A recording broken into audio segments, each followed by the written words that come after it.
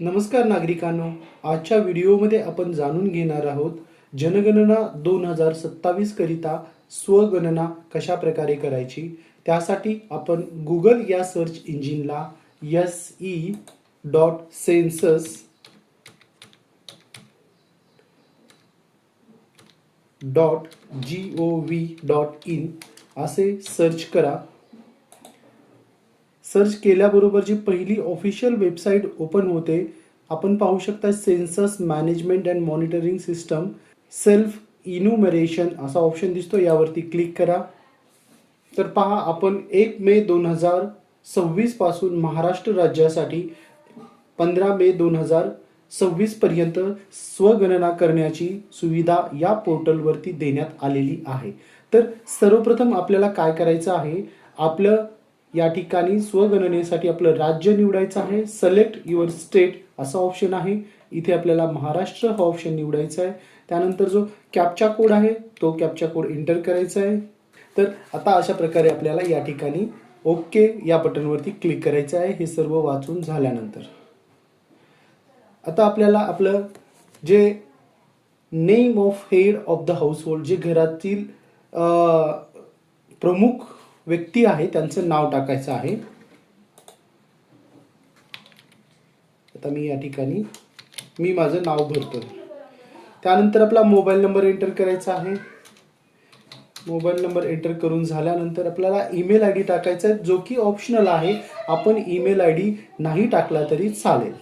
Verify आणि process या बटनवरती click करायचं आहे। क्लिक केल्याबरोबर आपल्या मोबाईलवरती एक OTP येणार आहे। तो OTP आपल्या मोबाईलवरती प्राप्त होईल। तो OTP आपल्याला एंटर करायचा आहे या ठिकाणी, जो की 6 अंकी OTP असणार आहे। व्हेरीफाय असं करायचं आहे। सिलेक्ट लँग्वेज, या ठिकाणी आपल्याला आपली भाषा सिलेक्ट करायची आहे। या ठिकाणी मी माझी भाषा मराठी सिलेक्ट करतो आणि व्हेरीफाय OTP या बटनवरती क्लिक करतो। क्लिक केल्याबरोबर आता आपल्या समोर काही ऑप्शन्स आहेत, जे की आपल्याला आपले जिओ टॅगिंग आपल्या घराचं लोकेशन द्यायचं आहे। महाराष्ट्र राज्य निवडलेलं आहे, या ठिकाणी मी माझं जिल्हा निवडतोय। शोधा या बटनवरती क्लिक करा। त्यानंतर स्क्रोल करून खालच्या साईडला या। इथे आल्याबरोबर आपल्याला आता आपल्या घराचं लोकेशन या ठिकाणी बरोबर मार्करच्या सहाय्याने असं आपल्याला हायलाइट करायचं आहे आणि इथे आपल्याला ठिकाण निवडल्याबरोबर स्थानाची पुष्टी करा या बटनवरती क्लिक करायचं आहे आणि जतन करा व पुढे जा असं आपल्याला या बटनवरती क्लिक करून स्थानाची पुष्टी करायची आहे आणि आपण खात्री करायची आपला अक्षांश रेखांश बरोबर आहे का नाही, आणि जर असेल तर आपल्याला निवडलेल्या स्थानासह पुढे जायचं असेल तर होय या बटनवरती क्लिक करा।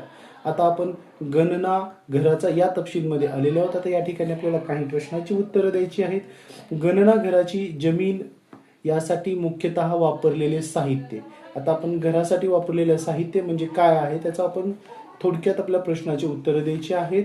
माती, लाकूड, पक्क्या विटा, दगड, सिमेंट, मोझॅक, टाइल्स इत्यादी। तर या ठिकाणी आपण सिमेंट म्हणू शकतो। पक्क्या विटा, सिमेंट हा ऑप्शन निवडू शकतो। त्यानंतर पुढचा प्रश्न आपल्याला विचारलेला आहे, गणना घराची भिंत यासाठी मुख्यतः वापरलेले साहित्य। भिंतीसाठी आपण या ठिकाणी दगड, सिमेंट, मातीने न जोडलेले, दगड, सिमेंट, मातीने जोडलेले, जी धातू, अस्बेस्टॉस, पक्क्या विटा। तर या ठिकाणी आपल्याला उत्तर निवडायचं आहे पक्क्या विटा। गणना जे काय असेल ते आपल्या घरासाठी जर आपण पक्क्या विटा वापरल्या असतील तर तो ऑप्शन निवडा, किंवा जर आपल्या GI किंवा धातू, अस्बेस्टॉस, शीट असतील तर ते निवडा। लाकूड, माती असेल तर त्या पद्धतीने आपल्याला आपल्या प्रश्नाची उत्तरं द्यायची। आता घराचे छप्पर यासाठी मुख्यतः वापरलेले साहित्य, यासाठी आपल्याला जर आपलं स्लॅब असेल तर आपल्याला कॉन्क्रीट हा ऑप्शन निवडायचा आहे। घराची गणना घराची स्थिती या ठिकाणी चांगली, राहण्यास योग्य, मोडकळीस काय आहे त्या पद्धतीने आपल्याला लिहायचे आहे। चांगली असा ऑप्शन निवडा आणि पुढे चला, होय म्हणायचं आहे। त्यानंतर पुढील प्रश्न आपल्यासाठी उपलब्ध होतील। या कुटुंबात सामान्यतः निवास करणाऱ्या व्यक्तींची एकूण संख्या टाकायची आहे आपल्याला। या ठिकाणी मी 4 ही संख्या टाकतोय। अगदी सोपे असे प्रश्न आहेत। इथे आपल्याला जातीचा प्रवर्ग निवडायचा आहे। या घराच्या मालकी हक्काची स्थिती, स्वतःचे घर, त्यानंतर निवास योग्य खोल्यांची संख्या, या ठिकाणी मी 5 टाकतो। या कुटुंबात राहत असलेल्या विवाहित जोडप्यांची संख्या 1 आणि परत जतन करा आणि पुढे चला असा ऑप्शन निवडायचा आहे। पिण्याच्या पाण्याचा मुख्य स्रोत काय आहे तो आपल्याला टाकायचा आहे। प्रक्रिया केलेले पाणी नळाद्वारे प्रक्रिया न केलेले पाणी, विहीर, हातपंप, ट्यूबवेल, बोरवेल जे असेल तो ऑप्शन आपल्याला निवडायचा आहे. या ठिकाणी मी माझा बोरवेल हा ऑप्शन निवडतोय. त्यानंतर पिण्याच्या पाण्याची उपलब्धता असलेला स्रोत परिसराजवळ दूर, तर आपल्याला या ठिकाणी परिसरात असं म्हणायचं आहे. प्रकाशाचा मुख्य स्रोत काय आहे तो लिहायचा आहे. वीज, रॉकेल, सौर ऊर्जा, इतर तेल, इतर प्रकाशाची सोय नाही. जो ऑप्शन आपल्यासाठी असेल तो ऑप्शन निवडायचा आहे. मी या ठिकाणी वीज हा ऑप्शन निवडतो. शौचालयाची सुविधा उपलब्ध आहे का? केवळ कुटुंबाच्या वापरासाठी, इतर कुटुंबासह, सामायिक, सार्वजनिक, तर केवळ कुटुंबाच्या वापरासाठी. त्यानंतर शौचालयाचा प्रकार आपल्याला निवडायचा आहे. सेप्टिक टँक, द्विखड्डा शौचालय. त्यानंतरचा प्रश्न आहे सांडपाणी सोडण्यासाठी जोडलेली व्यवस्था, बंद गटार, उघडे गटार नसल्यास जो आहे तो ऑप्शन आपल्याला निवडायचा आहे. तर आपल्याला या ठिकाणी बंद गटार हा ऑप्शन निवडतो मी. परिसरामध्ये स्नानगृहाची उपलब्धता होय आहे. स्वयंपाकघराची उपलब्धता, LPG कोणती जोडणी आहे ते आपल्याला निवडायची आहे. घरामध्ये स्वयंपाक केला जातो परंतु स्वयंपाकघरात नाही, जो LPG जोडली आहे. घराबाहेर खुल्या जागेत स्वयंपाक करत आहात असल्यास आहे. स्वयंपाकघरासाठी वापरण्यात येणारे मुख्य इंधन जे काय असेल ते जळाऊ लाकूड, पिकांचा उर्वरित भाग, शेणाच्या गोवऱ्या, कोळसा, लिग्नाईट किंवा रॉकेल, LPG, वीज. तर आपण या ठिकाणी LPG हा ऑप्शन निवडतोय. काही ठिकाणी आपण वीज असू शकतो, गोबर गॅस असू शकतो, सौर ऊर्जा असू शकतो. जतन करा आणि पुढे जा असा ऑप्शन निवडायचा. आता यानंतर मालमत्तेसंदर्भात काही प्रश्न असणार आहेत. होय, रेडिओ ट्रान्समीटर, परंपरागत रेडिओ संच, मोबाईल, स्मार्टफोन, मोबाईल फोन आहे. त्यानंतर दूरचित्रवाणी, दूरदर्शन, निशुल्क, इतर डिश, केबल जोडणी किंवा इतर जे काय असेल तो ऑप्शन आपल्याला निवडायचा आहे. इंटरनेट सुविधा आहे का आपल्याकडे, तर आपल्या ठिकाणी या ठिकाणी आहे असं आपण option निवडतोय. Mobile, स्मार्टफोनद्वारे.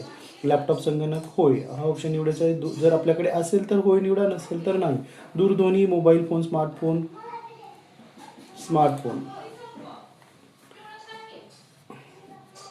Cycle, scooter, motorcycle, moped या ठिकाणी जो आपल्याकडे आहे वाहन ते आपल्याला निवडायचं आहे. स्कूटर, मोटरसायकल, मोपेड किंवा आपण दोन्ही ऑप्शन निवडूया. कार, जीप, व्हॅन, होय. कुटुंबास सेवन केले जाणारे मुख्य धान्य, गहू. या ठिकाणी एकच ऑप्शन निवडता येतो त्यामुळे मी गहू हा निवडतोय. त्यानंतर मोबाईल क्रमांक ऑलरेडी आलेला आहे. पुढे करा, जतन करा म्हणायचे आणि पूर्वावलोकन पाहायचे आपल्याला सर्व. हे पूर्वावलोकन आपण डिटेलमध्ये पाहून आपले जे प्रश्नाचे उत्तर दिलेले आहे ते चेक करायचे आहेत.